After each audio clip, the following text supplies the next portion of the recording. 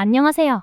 오늘은 겨울 가습 가이드, 가습기 없이 습도 챙기는 3가지 방법이라는 주제로 이야기해 보겠습니다. 집에 가습기가 없거나 굳이 새로 사고 싶지는 않은데 겨울 공기가 너무 건조해서 고민인 분들께 도움이 될 내용입니다. 겨울이 되면 난방을 자주 틀게 되면서 실내 공기가 금방 건조해집니다. 공기가 마르면 코와 목이 쉽게 따갑고 아침에 일어났을 때 입이 바싹 말라있는 느낌이 들죠.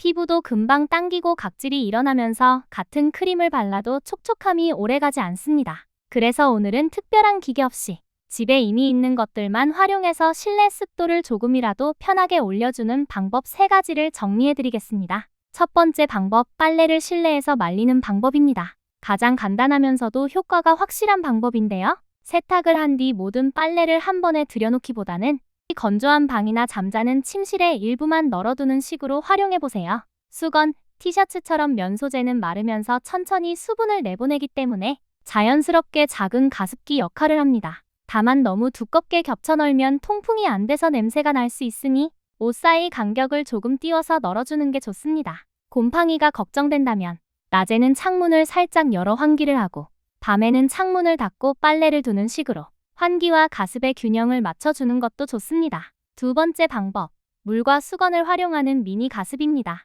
집에 있는 대접이나 볼 또는 넓은 머그컵에 깨끗한 물을 담아서 난방이 켜져 있는 방에 두어보세요. 직접적인 열기구 바로 위는 위험하니까 피하고 라디에이터나 보일러 배관 근처 따뜻한 공기가 도는 쪽에 두면 물이 조금씩 증발하면서 공기의 수분이 더해집니다. 여기에 마른 수건을 하나 걸쳐서 한쪽 끝은 물에 담그고 다른 쪽은 공기 중에 노출되도록 세팅하면 수건이 물을 빨아올리면서 더 넓은 면적에서 수분을 날려주기 때문에 그냥 물만 두는 것보다 효과가 좋아집니다. 중요한 점은 물을 며칠씩 그대로 두지 않는 것입니다. 하루나 이틀에 한 번은 물을 갈아주고 수건도 자주 빨아서 말린 뒤 다시 사용하는 게 좋습니다. 그래야 냄새나 세균 번식을 줄일 수 있습니다. 세 번째 방법, 공기 순환과 온도 조절로 체감 건조를 줄이는 방법입니다. 우리는 공기가 뜨거워질수록 더 건조하게 느낍니다. 실제로 온도가 너무 높으면 같은 습도라도 훨씬 더 바짝 마른 느낌이 들죠.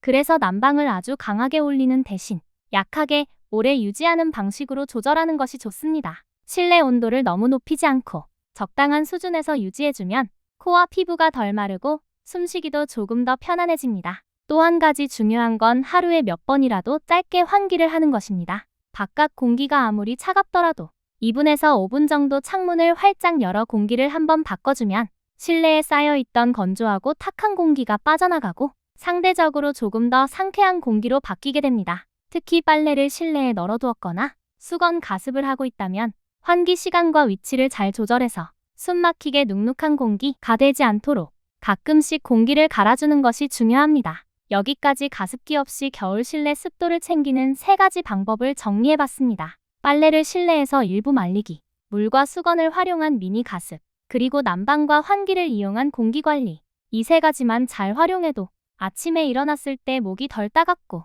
피부가 덜 당기는 변화를 조금씩 느끼실 수 있을 거예요.